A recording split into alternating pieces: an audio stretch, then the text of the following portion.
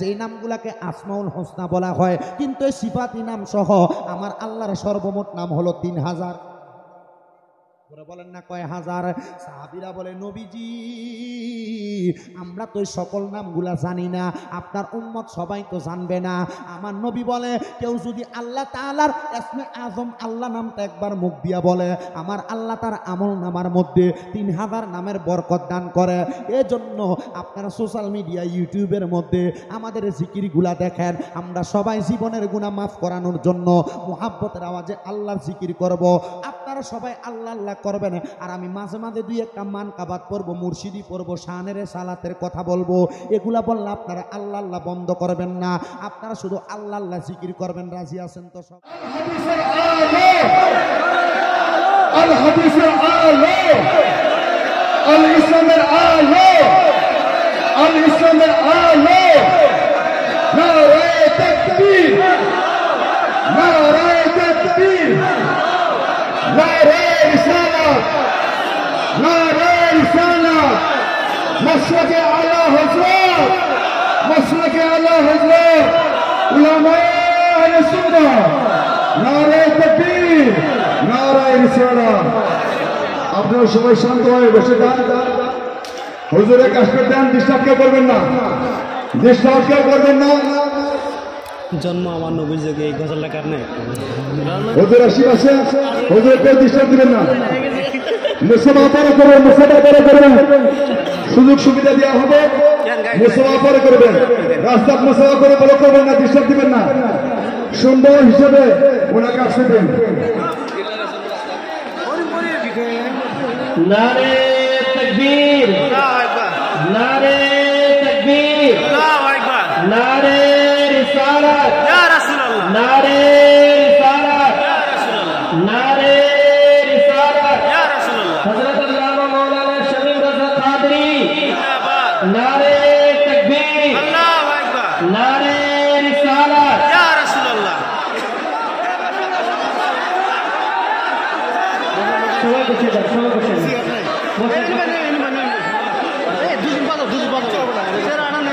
আপনারা সবাই শান্ত হয়ে বসে যান। যিনারা আসন পাচ্ছেন শান্ত হয়ে বসে যান। বাকি মানুষ যিনারা চারের মধ্যে আছে একটু কষ্ট করতেছে, যারা কষ্ট করতেছেন আপনার ডবল সব পাবেন, তারা আপনাদের কষ্ট ডবল।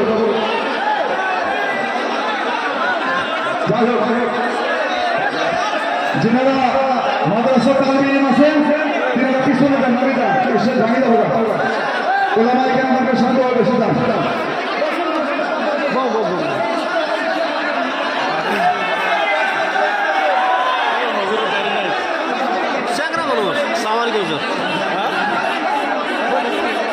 আপনারা বসে যান, বসে যান।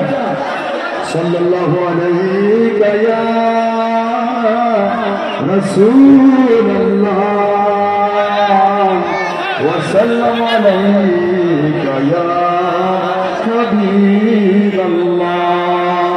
সাল্লাল্লাহু আলাইকা ইয়া রাসূলুল্লাহ ওয়া সাল্লামু আলাইকা ইয়া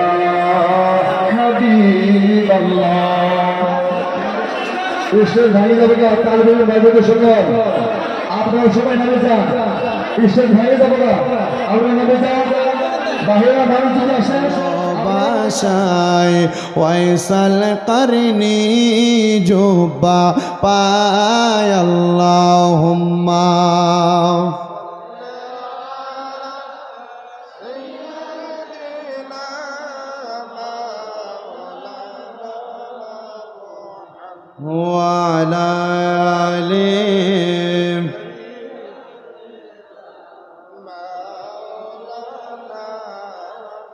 বেলা যখন শেষ হইবে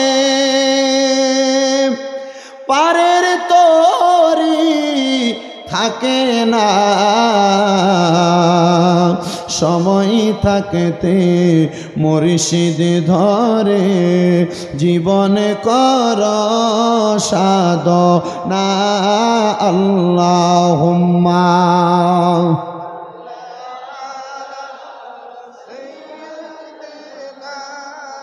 মাওলানা মুহাম্মদ ওয়া আলা আলিহি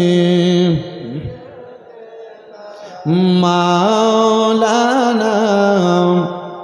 সবাই একটু জবান খুলে একটু জিকির করেন লা ইলাহা, বলেন আল্লাহ নাই আমরার নবীজি ছাড়া ও পাহিনাই। ওই নবীকে পাইতে হইলে পীর মুর্শিদের দয়া চাই। লা ইলাহা লা ইলাহা, হায়রে নামাজে রোজা চাই রহনা, কেহ মা বাবার খেদমত চাই রহনা। বলেন নামাজ রহনা, কেহ মা বাবার খেদমত চাই রহনা। আমার নবীর দরুদ বইল না, আমার আমার নবীও তোমায় ভুলবে না।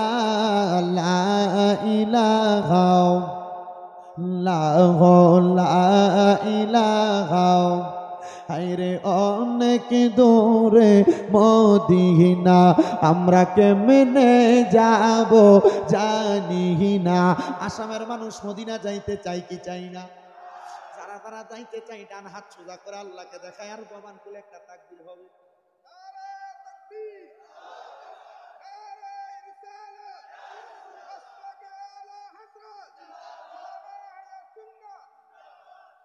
আমার মনে হয় মঙ্গল গ্রহ পার হওয়ার আগে সাক্কা ফাংশন হয়ে যাবে। মদিনা যাইতে হলে ইমানি আওয়াজ দিতে হবে, দল আওয়াজ দিতে হবে। হযরত বেলাল রাদিয়াল্লাহু তাআলা আনহু মসজিদে হারামের ছাদ থেকে আযান দিতেন। আর সালমান ফার্সির বাড়ি হচ্ছে মক্কা এবং মদিনার মধ্যবর্তী জায়গায়, অনেক দূর। কিতাব প্রমাণ করতেছে যে হযরত সালমান ফার্সি নবীজির পেছনে নামাজ পড়ার জন্য চলে আসছে। আল্লাহর হাবিব হযরত সালমান ফার্সিকে জিজ্ঞাসা করে, সালমান তোমার বাড়ি তো এখানে না, তুমি এখানে নামাজ পড়তে কেন আসলা? সালমান ফার্সি বলে, ইয়া রাসূলুল্লাহ, হযরত বেলাল আযান দিয়েছে, আপনি নবীর ইমামতিতে মসজিদে হারামে নামাজ হবে আর আমি সালমান আসবো না, এটা তো হতে পারে না। নবীজি প্রশ্ন করে, সালমান এত দূরে তো আওয়াজ যাওয়ার কথা নয়। আল্লাহর সাথে সাথে হযরত জিবরাইল আমিনকে নাযিল করলেন। জিবরাইল বললেন, ইয়া রাসূলুল্লাহ, ইয়া হাবিবাল্লাহ, হযরত বেলালের আযানের আওয়াজ সালমান ফার্সির বাড়ি মক্কা মদিনার মাঝখানে শুধু যায় নাই, হযরত বেলালের আযানের আওয়াজ আল্লাহর লামকানে গিয়েছে। নবী আপনি আর প্রশ্ন করবেন না। এবার আপনারা বলেন, আমরা সবাই হযরত বেলালের মতো মোহাব্বত নিয়ে মদিনা যাইতে চাই কি চাই না? কারা কারা যাইতে চাই ডান হাত সোজা করে দেখো।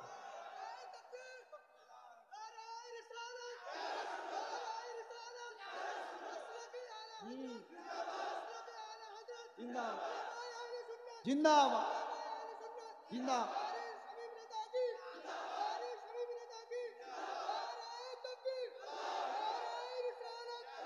জোরে বলি মারহাবা। তাহলে মদিনা যাইতে চাই কি চাই না? জোরে পড়ে অনেক দূরে মদিনা, আমরা কেমনে যাব জানি না।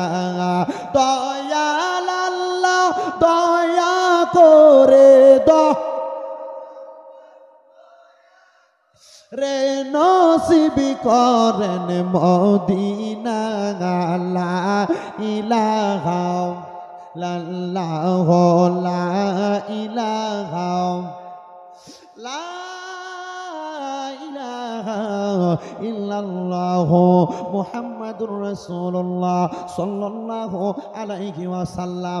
আমার মুসলমানের দলেরা, ও আমার আসাম রাজ্যের ধরনের দলার বাবাজিরা, এবার মনোযোগের সাথে আপনারা বসবেন। আমি এতক্ষণ আপনাদেরকে নিয়ে লা ইলাহা ইল্লাল্লাহ জিকির করলাম। যে জিকিরের ব্যাপারে বলা হয়েছে, আফদালুজ যিকরি লা ইলাহা ইল্লাল্লাহ, সবচাইতে উত্তম জিকির হলো লা ইলাহা ইল্লাল্লাহ। ওয়া আফদালুদ দুআই আলহামদুলিল্লাহ, সবচাইতে উত্তম দোয়া হলো আলহামদুলিল্লাহ। ওই আল্লাহর জিকির আমরা করতে পেরেছি, মুহাব্বতের আওয়াজে ওই আল্লাহর প্রশংসা করে একবার জোরে পড়ে আলহামদুলিল্লাহ। মুসলমানের দল যারা তরিকত গ্রহণ করেছেন, যে কোনো পীর মাশায়েখের হাতে হাত দিয়ে বায়াতে রাসূল গ্রহণ করেছেন, আপনারা অনেকে বুঝবেন। তরিকতের ভাষার মধ্যে একটা কথা আছে, আমাদের সকলের বাম স্তনের 2 আঙ্গুল নিচে ছোট্ট একটা গোস্তের টুকরা আছে, যেটার নাম হলো লতিফে কলব। ওই লতিফে কলবের মধ্যে আপনি যখন একটা গুনাহ করেন, আপনার কলবের মধ্যে দাগ পড়ে যায়। আপনি যখন 2টা গুনাহ করেন আপনার কলবের মধ্যে দাগ পড়ে যায়, এমনভাবে গুনাহ করতে করতে আপনার কলবটা কালো হয়ে যায়। ওই কালো কলব নিয়ে যদি আপনি আল্লাহর কাছে যান, আমার আল্লাহ আপনাকে মাফ করবে না, কারণ এই কলবটা আপনি অন্ধকার করে ফেলেছেন। সাহাবায়ে কেরাম ডাক দিয়া বলে, ইয়া রাসূলুল্লাহ, নবীজি, ও দয়াল নবী, মায়ার নবীজি, আপনি নবীর কাছে জানতে চাই, আপনি বলেন না উম্মতের কলবটা কেমনে পরিষ্কার করবে? দুনিয়ার কাপড়ের মধ্যে ময়লা লাগলে সাবান দিয়ে ওয়াশ করা হয়, ওয়াশিং মেশিনের মধ্যে ঢুকাইলে পরিষ্কার হয়। দুনিয়ার কোনো ছুরির মধ্যে যদি ঝংকার পড়ে যায়, কামারের দোকানের মধ্যে নিলে কামারিটাকে আগুনে পোড়াইয়া এটার মধ্যে লবণ পানি লাগে এটাকে বাড়ি দিলে ঝংকারগুলা পড়ে যায়। ও নবী গো, আপনি বলেন না উম্মতের কলবের মধ্যে এত ময়লা এত গুনাহ কিভাবে পরিষ্কার করবে? আমার নবী বলে, লিকুল্লি শাইইন সিকালা, প্রত্যেকটা বস্তুকে পরিষ্কার করার এক একটা যন্ত্র আছে। সাহাবায়ে কেরাম একটা ডাক দিয়া বলে, ইয়া রাসূলুল্লাহ, নবী গো বললে চুরে আল্লাহু আকবার বলবেন। সাহাবায়ে কেরাম একটা ডাক দিয়া বলে, ইয়া রাসূলুল্লাহ, নবী গো, ও মায়ার নবী গো, আপনার কাছে জানতে চাই উম্মতের কলবের ময়লাগুলা পরিষ্কার করা যন্ত্রটার নাম কি? আমার নবী বলে, ওয়াসিকালাতিল কুলুবি যিকরিল্লাহ, উম্মতের কলবের ময়লা পরিষ্কার করা যন্ত্রের নাম হলো আল্লাহ নামের জিকির। ওই জিকির করলে উম্মতের কলবের ময়লাগুলা ঝরে ঝরে পড়ে যায়। আমরা সবাই জানি আল্লাহ তাআলার 99টা সিফাতি নাম আছে, যেই নামগুলাকে আসমাউল হোসনা বলা হয়, কিন্তু এই সিফাতি নাম সহ আমার আল্লাহর সর্বমোট নাম হলো 3000। বলেন না কয় হাজার? সাহাবীরা বলে, নবীজি, আমরা তো সকল নামগুলা জানি না, আপনার উম্মত সবাই তো জানবে না।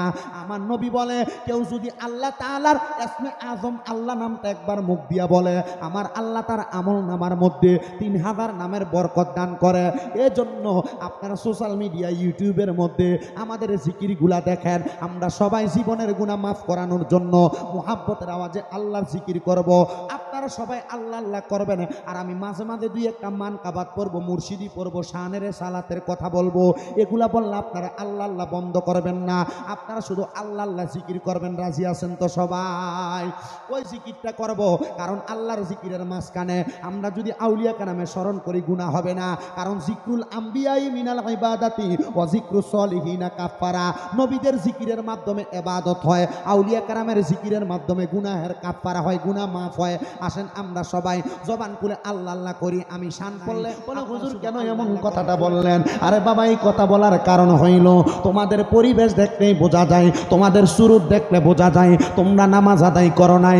কিন্তু একটা কথা মনে রাখবারে বাবাজিরা, আমার আল্লাহ পাক রব্বুল আলামিন মদিনার রহমাতুল লিল আলামিন নবীর মাধ্যমে জানায়া দেয়, এই দুনিয়ার জমিন থেকে অন্ধকার কবরে যাওয়ার পরে একটা মানুষের পুঁজি হবে দুইটা।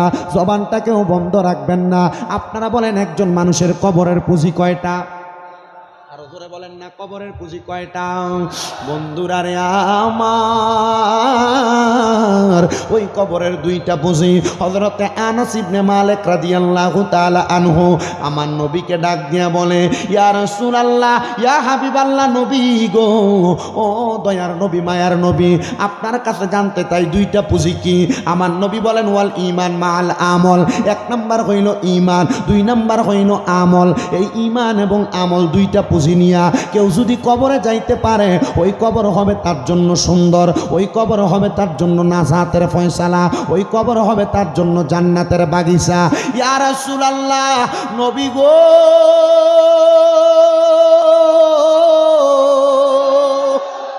ও মায়ার নবী গো, আপনার কাছে জানতে চাই, তাইলে ঈমান এবং আমল নিয়ে যদি থাকতে পারে ওই ব্যক্তির কবর হবে সুন্দর। তাহলে ঈমানের মূল নবী মুহাম্মদ রাসূল সাল্লাল্লাহু আলাইহি ওয়াসাল্লাম, ওই নবীর ব্যাপারে আকীদার মধ্যে বিন্দু পরিমাণ যদি সন্দেহ থাকে, আল্লাহর কসম তুমি মুমিন না, আল্লাহর কসম তুমি মুমিন না। এবার আপনাদের কাছে যদি প্রশ্ন করা হয়, আপনি ঈমান বলতে কি বোঝেন? আপনি বলবেন, হুজুর তাহলে আল্লাহকে বুঝি, ঈমান বলতে রাসূলকে বুঝি। না রে মুসলমান, না, আমরা ঈমান বলতে কয়েকটা জিনিসকে বুঝি। আমানতু বিল্লাহি ওয়া মালাইকাতিহি ওয়া কুতুবিহি ওয়া রাসূলিহি ওয়াল ইয়াউমিল আখিরি ওয়াল কদরি খাইরিহি ওয়া শাররিহি মিনাল্লাহি তাআলা ওয়াল বা'সি বা'দাল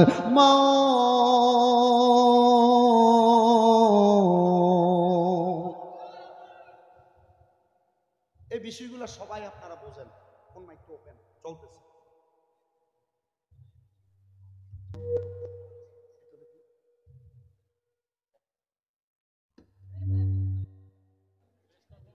না, এর কোনো দোষ নাই। দোষ হচ্ছে তোমরা স্পিকারের সামনে থেকে সরতে হবে, স্পিকারের সামনাটা থেকে ক্লিয়ার করতে হবে। এই স্পিকারের সামনাটা, এই কোনো কথা নাই, এই কারোর কোনো কথা নেই। এই স্পিকারের সামনে যারা আছো তোমরা হয় বসো না পেছনে যাও। এই স্পিকারের সামনে থেকে একটু ক্লিয়ার করে দাও। ওর কোনো দোষ নাই, ওর সাউন্ড ঠিক আছে, তোমরা শুধু ক্লিয়ার করছো না।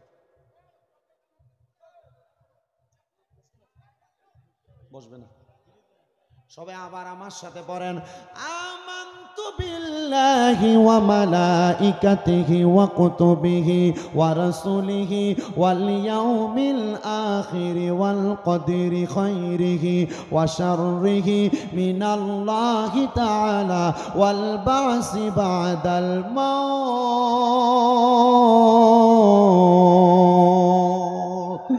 এই 7টা বিষয়ের প্রতি ঈমানটাকে পরিপূর্ণ রাখা লাগবে। মুসলমানের দল, এ নবীর উম্মতের দলেরা, এবার 7টা বিষয় কি? যদি আপনাকে কোনো বিধর্মী মানুষ প্রশ্ন করে, অমুসলিম প্রশ্ন করে, বলে তুমি মুসলমান দাবি করো, কোন 7টা বিষয়ের প্রতি তোমাকে ঈমান আনা লাগবে তুমি একটু আমার কাছে বলে দাও। আপনি কিন্তু বলতে পারবেন না, কিন্তু আপনার মুখ দ্বারা এই কথাটা সব সময় আসে। 1 নাম্বার, আমানতু বিল্লাহ। কার প্রতি ঈমান? তোরা বলেন না কার প্রতি ঈমান? 1 নাম্বার আমানতু বিল্লাহ, আল্লাহর প্রতি ঈমান। এ আল্লাহর প্রতি ঈমান হইল মুসলমান আল্লাহ ছাড়া কাউকে 3টা বিষয়ের প্রতি ঈমান আনলাম। 1 নাম্বার আল্লাহর প্রতি ঈমান, 2 নাম্বার ফেরেশতার প্রতি ঈমান, 3 নাম্বার কিতাবের প্রতি ঈমান, এবার 4 নাম্বার হইল ওয়া রাসূলিহি, রাসূলের প্রতি ঈমান আনা। হুজুর রাসূলের প্রতি ঈমান আমরা কেমনে আনবো? হুয়াল্লাযী আরসালা রাসূলাহু বিল হুদা ওয়া দীনিল হাক্কি লিইয়ুযহিরাহু আলাদ দীনি কুল্লিহি ওয়ালাউ কারিহাল মুশরিকুন। আমার আল্লাহ পাক রব্বুল আলামিন এমন একজন রাসূলকে দুনিয়াতে প্রেরণ করেছেন, যিনি হেদায়েতের বাণী এবং সত্য ধর্ম নিয়ে আগমন করেছে। ওই হেদায়েতের বাণী এবং রাসূলকে যারা অস্বীকার করেছে, রাসূলকে যারা মানে নাই, আমার আল্লাহ তাদেরকে মুশরিক বলে ঘোষণা করেছে। আমার দলের বাবাজিরা, ও মুমিন মুসলমানের দল, এবার 4 নাম্বার রাসূলের প্রতি ঈমানকে পরিপূর্ণ করার পরে এবার আসলো ওয়াল ইয়াউমিল আখিরে, আখিরাতের প্রতি বিশ্বাস করা। আপনারা এখানে যারা এসেছেন, এই এলাকার মানুষ কর্ম করে সকাল থেকে সন্ধ্যা পর্যন্ত, সন্ধ্যাবেলায় কাজ শেষ করার পরে তাকে বেতন দেয় কি দেয় না? বলেন বেতন দেয় কি দেয় না? ওই বেতনটা আখিরাতের সাথে আমি আপনাদেরকে তুলনা করি। বেতনটা দেওয়ার সময় প্রত্যেকটা মানুষকে তার সামনে আনা হয়, জিজ্ঞাসা করা হয় তুমি তোমার কাজগুলা সম্পূর্ণভাবে বোঝায় দিতে পারছো কিনা।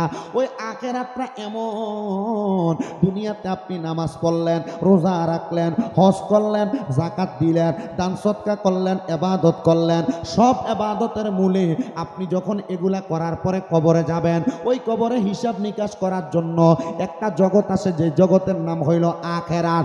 আখিরাতের মধ্যে আপনাকে ভালোর ব্যাপারে প্রশ্ন করা হবে, মন্দর ব্যাপারে প্রশ্ন করা হবে। আপনি দুনিয়াতে ভালো কাজ করলে আপনাকে ভালো বলা হবে, মন্দ কাজ করলে মন্দ বলা হবে। নামাজ পড়েন নাই, বেনামাজি বলে লজ্জা দেওয়া হবে। ইবাদত করেন নাই, রোজা রাখেন নাই, বেরোজগার ছিলেন, আপনাকে বেরোজগার বলে লজ্জা দেওয়া হবে। মুসলমান, ও আমার দলের বাবারা, আপনি ওই সময় আপনার মুখটা কেমনে দেখাইবেন যে আল্লাহ আপনারে বানাইলো, যেই নবীর উম্মত আপনি দাবি করেন? এবার মনোযোগের সাথে আরেকটু আলোচনাটা শ্রবণ করার চেষ্টা করেন। ওয়াল ইয়াউমিল আখিরি, এবার 6 নাম্বার হইল ওয়াল কদরি খাইরিহি ওয়া শাররিহি, তকদিরের ভালো মন্দের প্রতি বিশ্বাস করা। এই এলাকার অনেক মানুষের ভাঙ্গা টিনের ঘরের মধ্যে বসবাস করে, আবার অনেক মানুষ দোতলা বিল্ডিং বানায় থাকে কি থাকে না। আবার অনেক মানুষ মঙ্গলদহের মধ্যে তারা এসিওয়ালা বাড়ির মধ্যে বসবাস করে। আপনি 10 টাকার মালিক হইলে এসিওয়ালাকে হিংসা করতে পারবেন না, আবার আপনি বলতে পারবেন না আমি ভাঙ্গা ঘরে থাকি, আল্লাহ আমারে দেয় না।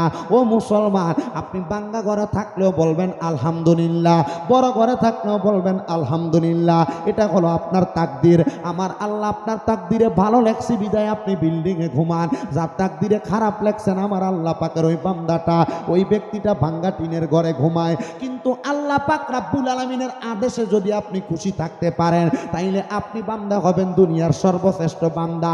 ও আল্লাহ, আপনার আদেশে যারা খুশি থাকবে, ভাঙ্গা টিনের ঘরে থাইকেও যারা আলহামদুলিল্লাহ বলবে, যে ব্যক্তি দৈনিক 300 টাকা ইনকাম করে সেও বলবে আলহামদুলিল্লাহ, আবার যেই ব্যক্তি 3000 টাকা ইনকাম করে সেও বলবে আলহামদুলিল্লাহ। আল্লাহ গো, ওই বান্দাটা 300 টাকা পাইয়া আলহামদুলিল্লাহ বলেছে, আপনি আল্লাহ কি তারার প্রতি খুশি না?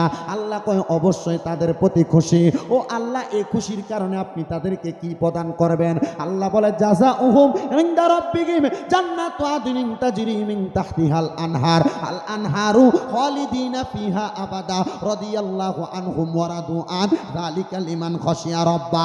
আমার আল্লাহ পাক রাব্বুল আলামিন ওই বান্দাকে এমন একটা পুরস্কার দিবে, ওই পুরস্কারের নাম হইল জান্নাতুল আদন।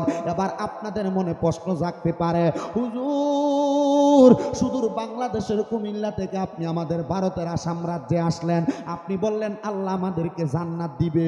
হুজুর আমাদেরকে কেউ যদি একটা ঘর দেয়, সরকারের পক্ষ থেকে যদি একটা বাড়ি দেয়, আমরা আগে বাড়িটা দেখি, বাড়িটা দেখতে কেমন। আমাদেরকে বলবে বাড়িটার মধ্যে 2টা ঘর হবে, একটা পাকের রুম হবে, একটা মেহমান বসার রুম হবে, একটা টয়লেট খানা হবে। ও মুসলমান, সাহাবায়ে কেরাম আমার নবীকে প্রশ্ন করেছি, ইয়া রাসূলুল্লাহ আমরা যে জান্নাতের মধ্যে যাব, আপনি বলেন না জান্নাতটা দেখতে কেমন? আরো জোরে বলবেন না সুবহানাল্লাহ। ও মায়ার নবী, আপনি বলেন না জান্নাতটা দেখতে কেমন? আমার নবীজি ডাক দিয়া বলে, সাহাবীরা তাজরি মিন তাহতিহাল আনহার, ওই জান্নাত দেখতে সুন্দর, আর জান্নাতের নিচে দিয়ে একটা নদী প্রবাহিত হয়। বল না কি প্রবাহিত হয়? নদী প্রবাহিত হয়, নহর প্রবাহিত হয়। সাহাবায়ে কেরাম ডাক দিয়ে বলি, ইয়া রাসূলুল্লাহ নবী গো, ও মায়ার নবীজি, আপনার কাছে আমরা জানতে চাই ওই নদীটা কেমন নদী? আপনাদের এলাকার যে নদী আছে, নদী, ওই নদীর মধ্যে পানির কালার হয় সাদা, পানির কালার হয় ঘোলাটে, কিন্তু নবীজি বলতেছেন, হযরতে আনাস ইবনে মালিক রাদিয়াল্লাহু তাআলা আনহু হাদিস বর্ণনা করে, আমার নবী বলেন গো, ওই নদীটার মধ্যে পানি হবে 4 রকমের। সুবহানাল্লাহ নাই? আরো জোরে বলবেন না সুবহানাল্লাহ। ওই নদীর মধ্যে পানি হবে কয় রকমের? ও মায়ার নবীজি, ও নবী গো, আপনি বলেন না ওই নদীর পানিটা 4 রকমের কিসের পানি? নবী আমার বলে, 1 নাম্বার, ওই নদীর মধ্যে পানি হবে ইন্না আ'তাইনাকাল কাউসার। 1 নাম্বার পানি কাউসারের পানি রে মুসলমান, ওই কাউসারের পানি যারা পান করবে তার কোনোদিন পিপাসা লাগবে না। নবীজি কারা ওই কাউসারের পানি পান করবে? আমার নবী বলে, যারা আল্লাহ এবং তার রাসূলকে ভালোবাসা তাদের প্রতি ঈমান আইনা আল্লাহর ইবাদত করেছে, তারা ওই কাউসারের পানি পান করবে। জবান খুলে জোরে বলেন সুবহানাল্লাহ। কাউসারের মালিক নবী, কাউসার ফিলাইবা বলেন, কাউসারের মালিক নবী, কাউসার ফিলাইবা পাপী উম্মত পার করিতে গো নবী, সেজদাতে পড়িবা গো নবীজি। নবী তুমি নবী উলাম্বিয়া বলেন, নবী আপনি নবী উলাম্বিয়া, তোমার লাইগা বানায়াছে গো আমার আল্লাহ সারাটা দুনিয়া গো নবীজি। নবী আপনি নবী উলাম্বিয়া, জান্নাতের মালিক নবী জান্নাত পিলাইবা পাপী উম্মত পার করিতে গো নবী সেজদাতে পড়িবা গো নবীজি নবী আপনি নবী উলাম্বিয়া। তাহলে আপনারা বলেন আমরা সবানের দল ও নবীর আশিকের দলেরা 2 নাম্বার পানিটার নাম হইল শারাবান তাহুরা। ইয়া রাসূলুল্লাহ ওই শারাবান তাহুরা পানিটার নামটা আপনি বললেন, শারাবান তাহুরা কাকে বলা হয়? হযরতে প্রখ্যাত মুহাদ্দিসিনে কেরামের মধ্যে একজন হযরতে আব্দুল্লাহ ইবনে আব্বাস রাদিয়াল্লাহু তাআলা আনহু, যিনি তাফসিরে ইবনে আব্বাস রচিত করেছেন, উনি বলতেছেন ওই শারাবান তাহুরা হইল পবিত্র পানি। ইয়া রাসূলুল্লাহ ওই পবিত্র পানি কারা পান করবে? নবী আমার বলে শারাবান তাহুরা তারা পান করবে যারা কোনোদিন নেশা করে নাই, যারা কোনোদিন নেশা করে নাই, যারা কোনোদিন নেশা করে নাই। এ যুবকের দল 31 নাইট ডে রাত্রটা তোমাদের থেকে 2 দিন হয় অতিবাহিত হয়েছে। তোমরা গান বাজনা করেছ, তোমরা আতশবাজি ফুটাইছ, তোমরা ফানুস উড়াইছ মুসলমানের সন্তান, কিন্তু তোমরা এই রাতে অনেকে নেশা করেছ। নেশা আল্লাহর নবী বলে যারা নেশা করবে তারা ওই শারাবান তাহুরার পানি পান করতে পারবে না। ও মুসলমান, যদি তুমি নেশা করার কারণে, যদি তুমি সমাজের মধ্যে নেশাদ্রব্য পান করার কারণে ওই শারাবান তাহুরা তুমি না খাইতে পারো, এবার আপনারা বলেন ওই শারাবান তাহুরা পান করার জন্য আমাদের সবাইকে নেশা ছাড়া যোগ দিবেন। 3 নাম্বার পানি, 3 নাম্বার পানিটা হইল জান্নাতি লাবান, জান্নাতি দুধ। ইয়া রাসূলুল্লাহ নবী গো ওই জান্নাতি দুধ কারা কারা পান করবে? আমার নবী বলে যারা কোনোদিন তার ভাইয়ের সম্পদ দখল করে নাই, যারা কোনোদিন তার ভাইয়ের সম্পদ দখল করে নাই, যারা কোনোদিন মানুষের টাকা মাইরা খায় নাই, যারা কোনোদিন মানুষকে জুলুম করে খায় নাই, যারা কোনোদিন মানুষকে ওজনে কম দেয় নাই। এই 3 নাম্বারটা বড় কষ্টের মুসলমান, একটু মনোযোগ দিয়া শুনবা। জান্নাতি দুধরা কত মজা জানোনি? ওই দুধরা কোনো সাধারণ পানির দুধ না, ওই জান্নাতি দুধরা আমার আল্লাহ তোমাদেরকে খাওয়াইব যদি তুমি পরের সম্পদ দখল না করো, যদি তুমি মানুষকে ওজনে কম না দাও, যদি তুমি মানুষকে কাঁধে কথায় কাঁধে না ঠকাও, তাইলে আমার আল্লাহ তোমার জান্নাতি দুধ খাওয়াইব। এবার আপনারা বলেন জান্নাতি দুধ খাওয়ার জন্য পরের সম্পদ হরণ করা, মানুষকে ওজনে কম দেওয়া, মানুষের সঙ্গে ওয়াদা খেলাপ না করা, এই কাজগুলা বর্জন করার দরকার আছে না নাই?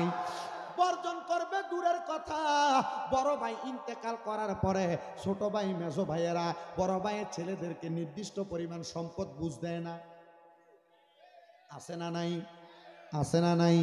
ক্ষেতের মধ্যে আপনারা যারা রোয়া লাগান, আলি লাগান, ধান চাষ করেন, ধান চাষ করতে গেলে আগে ক্ষেতের লাইল ছিল 1 হাত 2 হাত, ক্ষেতের লাইলের মাঝখান দিয়া অটো গাড়ি চলতো, ক্ষেতের লাইনের মাঝখান দিয়া ঠেলা গাড়ি চলতো। আর এখন এটাকে কাটতে কাটতে এত চিকন বানাইছে মানুষ হাঁটতেও পারে না। এমন অবস্থা আছে না নাই? এমন জমি দখল করার অবস্থা বর্তমান সমাজে আছে না নাই? আর এগুলা যদি করেন এবং আপনি ব্যবসা করতেছেন, মানুষকে ওজনে কম দিতেছেন, করে কি করে না? রাস্তার মধ্যে 10 টাকা পড়ে আছে, আপনি নিয়ে পকেটে ঢুকে ফেললেন, করে কি করে না? মানুষে গাছ লাগাইছেন, রাস্তার উপরে কোনো বড়ই গাছ, আম গাছ আছে, টান দিয়ে এটা খেয়ে ফেলে, মালিককে প্রশ্ন করে না, জিজ্ঞাসা করেন, এমন আছে না নাই? এটা হলো জুলুম। এটা করার কারণে জান্নাতের দুধ আপনি খাইতে পারবেন না। আপনি অটোমেটিক মনে করেন বাদাম বিক্রি করতেছে, মুড়ি বিক্রি করতেছে, হাঁটার মধ্যে আপনি তার এখান থেকে 2টা নিয়ে মুখে দিয়ে ফেললেন, আপনি জানেনও না আপনার অটোমেটিক গুনাহ আপনার আমল নামায় জমা হইতেছে। এই যুবকেরা বলো, আর কোনোদিন কোনো বাদামওয়ালা থেকে না বলে একটা বাদাম খাইবা? কিনা ছাড়া কোনো বাদাম খাইবা? কোনো মানুষের গাছে ঢিল মেরে বড়ি খাইবা? কোনো মানুষের গাছে ঢিল মেরে আম খাইবা? কোনো মানুষকে বলা ছাড়া যদি চোখের সামনে যদি লাখ টাকা পরে থাকে ধরবা? যদি ধরো, এটা মুসলমানের আদর্শ না। মুসলমানের আদর্শ তোমার চোখের সামনে মণিমুক্তা হীরা জহরত পরে থাকবে, তুমি ধরবে না। কথা বলেন না কেন? আর যদি এগুলা করতে পারো তাহলে জান্নাতের দুধ খাইতে পারো। ইয়া রাসূলুল্লাহ নবীজি, আপনার কাছে জানতে চাই, আপনি বলেন না জান্নাতের মধ্যে আর 4 নাম্বার ওই নদীর পানিটার নামটা কি? নবী আমার বলে ওই 4 নাম্বার পানিটার নাম হলো জান্নাতি মধু। জান্নাতি মধু। জান্নাতি মধুটা কি এবার আপনি একটু মনোযোগ দিয়া শোনেন। নবীজি ওই মধুটা কারা কারা পান করবে? এবার আসেন, আমাদের সমাজের মধ্যে চাচা বাতিজাকে অটোমেটিক গালি দেয়, অমুকের ছেলে মনে করতেছে দুষ্টামি, তাকে গালি দেওয়া যাবে, টেস্কার টিস্কারি করে। আপনারা কি বলেন এটাকে? হ্যাঁ, মজা করে, মজা করে, হ্যাঁ, ঠাট্টা মজা করে নাকি? ঠাট্টা মজা করে গালি দেন। বন্ধুরা যারা আছেন, আপনারা একজন বন্ধু আরেকজন বন্ধুকে ঠাট্টা করে গালি দেন, দেখি না? আপনি আপনার স্ত্রীকে কথায় কথায় গালি দেন, আপনার ভাইকে আপনি কথায় কথায় খারাপ মন্তব্য করেন। নবীজি বলেছেন ওই জান্নাতের মধু তারা পান করবে যারা তাদের লিসানকে হেফাজত করেছে। জি, তাদের লিসানকে হেফাজত করেছে, মুখ দিয়ে মিথ্যা কথা বলে নাই, গালি দেয় নাই, খারাপ কথা বলে নাই। এবার আপনারা বলেন ওই জান্নাতের মধু খাওয়ার জন্য আমাদেরকে মিথ্যা এবং গালি পরিহার করার দরকার আছে না? না, এই মিথ্যা কথা যারা বলে তারা ফাসেক হয়। তারা কি হয় বলেন? কি হয়? ফাসেক মানে কি বোঝেন আপনি? ফাসেক বলতে আল্লামা কারিমুল্লাহ আলী রহমতুল্লাহ আলাইহি বলছেন ফাসেক ইয়ানি ফাসেক মানে হচ্ছে 1 নাম্বার সে নামাজ পড়লে নামাজ হবে না, নামাজ পড়লে নামাজ হবে, রোজা রাখলে রোজা হবে, কোন ইবাদত করলে ফাসেকের ইবাদত কবুল হবে না। আসমান এবং জমিনের মধ্যবর্তী জায়গায় এগুলো ঝুলন্ত অবস্থায় থাকে। আল্লাহ পাক আমাদেরকে ফাসিকি, মিথ্যা কথা বলা, মানুষকে গালি দেওয়া, এই গালি থেকে, ফাসিকি কথা থেকে হেফাজত করুন। আপনারা আস্তে আমিন বলেছেন, আরো দূরে পড়ে না আমিন। তাহলে গালি দেওয়া যাবে, মিথ্যা বলা যাবে, কথায় কথায় সন্তানকে, স্ত্রীকে, ভাতিজাকে, বন্ধুকে গালি দেওয়া যাবে। আল্লাহ এগুলা থেকে হেফাজত দান করুক। তাহলে তকদিরের ভালো মন্দের প্রতি বিশ্বাসের কথা আমি আপনাদের কাছে বলতেছিলাম। 6 নাম্বার, 7 নাম্বার, ওয়াল বাসি বাদাল মাউত। মৃত্যুবরণ করার পর আল্লাহ আপনাকে আবার উঠাবেন। কেন? আল্লাহর কাছে হিসাব নিকাশ দেওয়ার জন্য। বলেন না, কি দেওয়ার জন্য? হিসাব নিকাশ দেওয়ার জন্য। এই 7টা বিষয় হলো আপনার ঈমান। বলেন এই 7টা বিষয় কি? 1 নাম্বার আল্লাহর প্রতি ঈমান, 2 নাম্বার ফেরেশতার প্রতি ঈমান, 3 নাম্বার কিতাবের প্রতি ঈমান, 4 নাম্বার রসুলের প্রতি ঈমান, 5 নাম্বার আখিরাতের প্রতি ঈমান, 6 নাম্বার তকদিরের ভালো এবং মন্দের প্রতি ঈমান, 7 নাম্বার আখিরাতে আল্লাহ পাক আবার আপনাকে মৃত্যুর পরে জীবিত করবেন সেটার প্রতি ঈমান। আল্লাহ আমাদেরকে এই ঈমানের উপর অটল থাকার তৌফিক দান করুন। জোরে পড়েন আমিন। মুসলমানের দলেরা, তাহলে কবরের মধ্যে পুঁজি হইল 2টা, 1 নাম্বার ঈমান, 2 নাম্বার আমল। এবার 2 নাম্বার আমলের বিষয়ে আসেন। আপনি আমল বলতে কি বোঝেন? এই আমলের ধারাবাহিকতা আমার আল্লাহ ঘোষণা করে, ওয়া'বুদুল্লাহা ওয়া লা তুশরিকু বিহি শাইআন ওয়া বিল ওয়ালিদাইনি ইহসানা।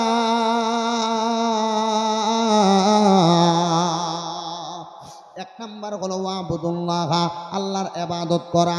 আমরা নামাজ পড়ি আল্লাহর জন্য, রোজা রাখি আল্লাহর জন্য, হজ করি আল্লাহর জন্য, যাকাত দেই আল্লাহর জন্য, দান সদকা করি আল্লাহর জন্য।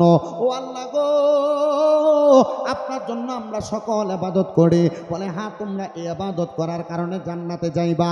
ইয়া রাসূলুল্লাহ, এবার তো বলা কইল ওয়ালা তুশরিকু বিহি শাইআ, আল্লাহর সঙ্গে কাউকে শিরিক না করা, মানে আল্লাহই খোদা, আল্লাহ ছাড়া আর কোনো খোদা নাই, আল্লাহ ছাড়া আর কোনো সৃষ্টিকর্তা নাই, আল্লাহ ছাড়া আর কোনো বানানেওয়ালা নাই, আল্লাহ ছাড়া আর কোনো খালেক নাই। আল্লাহ হলো খালেক, আমরা সবাই হইলাম মাখলুক, দুনিয়ার সকল কিছু হইল মাখলুক। এবার আপনারা বলেন আল্লাহর ইবাদত করে আল্লাহর সঙ্গে শিরিক না করলে দুনিয়া এবং আখিরাতের মধ্যে আমার আল্লাহ আমাদেরকে ভালো রাখতে পারে কি পারে না? ও মুসলমানের দল, ও নবীর উম্মতের দলেরা, ও মুমিন মুসলমানের দলেরা, এবার মনোযোগের সাথে শোনার চেষ্টা করেন। ওই ইবাদত করার জন্য আমরা একটা ইবাদত খানার মধ্যে যাই, আমরা মুসলমান সেটাকে মসজিদ বলি। বলেন না কি বলি? বলেন না কি বলি? ওই মসজিদটা হইল আমাদের এবাদতখানা। ওই এবাদতখানা মসজিদ আল্লাহ কেমন করে বানাইলো, কি কারণে আপনাদের এলাকায় একটা মসজিদ হইল, ওই আলোচনার ধারাবাহিকতা আমি শেষ করব। কিন্তু ওই এবাদতের মধ্যে আরেকটা এবাদত হলো আল্লাহর কোরআন তেলাওয়াত করা। এই কোরআন যারা তেলাওয়াত করবে আল্লাহ তাদেরকে অসংখ্য পরিমাণ বরকত দান করবে। আসেন আমরা সবাই ওই আল্লাহ এবং তার রাসূলকে খুশি করার জন্য মুহাব্বতের আওয়াজে ওই কোরআনুল কারীমের তেলাওয়াতে মশগুল হয়ে যায়। ফি শান হাবিবিহি ওয়া মাহবুবিহি ওয়া মা'শুকিহি মুখবিরাও ওয়া আমিরা ইন্নাল্লাহা ওয়া মালাইকাতাহু ইউসাল্লুনা আলান নাবিয়্যি ইয়া আইয়ুহাল্লাযীনা আমানু সাল্লু আলাইহি ওয়া সাল্লিমু তাসলিমা। আল্লাহুম্মা